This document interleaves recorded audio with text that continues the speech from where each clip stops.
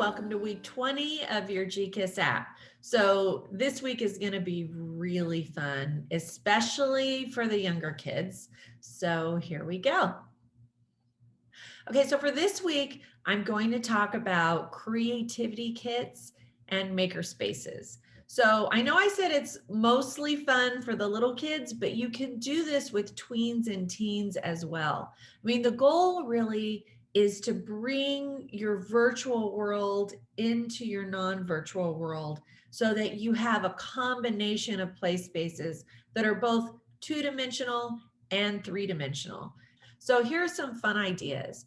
First, think about how can you splash more creativity in your living and working environments. I mean, the truth is screen time offers endless opportunities for new ideas and new skill building. Pinterest is an awesome platform. So for our family, here's a picture of one of our creativity kits that I set up when my kids were little, and now they're nearly grown. And it really paid off because I bought them this kind of extravagant art kit, and they got into the habit of kind of looking up images and looking up YouTube videos of how to sketch. And then they created works of art. And you can see there's like a wolf sketch on there that my daughter did when she was really young. I even have a lot of their pictures now framed and hanging up around the house because they got so good at it. And this is without a formal art class. It simply kind of stimulated them to try to have the materials sitting next to their computers at their co-workstations. And you don't have to spend a lot of money to do this. I mean, depending on the age of your kid, you can, the sky's the limit as to what kind of materials you set up near their workstations to kind of coax them into pretend play off screen, as well as complementing their on-screen activities. So you can do, wardrobes and costume sets. You can do toy kitchens, beading and craft areas, knitting and sewing, painting and drawing. In fact, I came up with a bunch of ideas that we're going to see in your downloads this week. So what can you do in these creativity kits? Now, we also call them maker spaces, and maker spaces that we're seeing pop up all over in elementary and middle schools and high schools. And it teaches a lot of different trades, and experts can come in and help. So some of the materials that they make available for kids include things for three-dimensional model building. That can be done with blocks, Legos, clock or industrial parts, wood, repurposed computer parts, or cardboard. Maker spaces can teach kids computer coding for programming and hacking. You could do sewing and knitting, drawing, writing, or music composition, screenwriting, or movie making. I had a friend who made a big movie camera out of a cardboard box with a working red light, and the kids would write out their screenplays, act them out. They'd have producers, directors, the talent, costume makers. I mean, the sky's the limit as far as how creativity can blossom. Maker spaces can include things for fashion design, even making logos and doing social media marketing. So your family exercise for this week is to build your creativity kits and maker spaces. Let me show you one of the downloads that you can enjoy this week.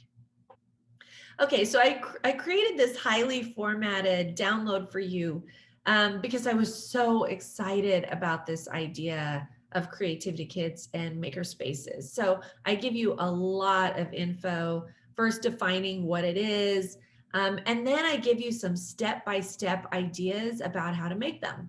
So, first, and you have this in your downloads, so I'm going to go over it very quickly. Just identify a work area for your maker space. It can be in the garage or in a corner or in the backyard. It doesn't take a lot of space, and it also doesn't take a lot of money. Create your work surface. So you can, make one. You have to make it durable because it's going to get pounded on and glued and ruined. So you don't have to buy an expensive desk by any means. All you need is a big board and some sawhorses or an old door. And then you have to assemble your makerspace toolbox. Now, for some, that might be as fancy as a 3D printer, a soldering iron, more screen devices, production apps for a PC or an iPad. It can be whatever tools that you're super excited about. And then no tech tools can include writing, drawing, and art supplies, scissors, masking tape, hot glue guns, sewing machines, etc., all the way to hammers, levels, and drills.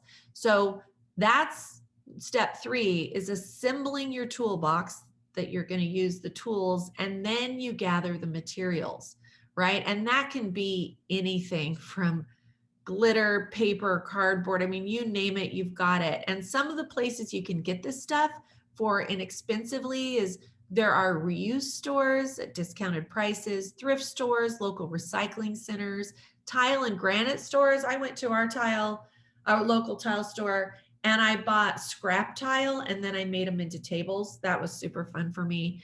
99-cent and dollar stores. I mean, you can gather leaves and flowers from your yard or go pick up stuff at yard sales.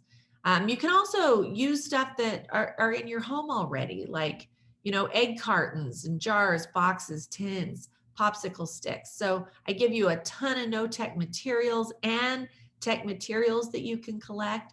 And finally, step 5 is you organize your space, and you can find lots of options on Pinterest, which is also in your downloads.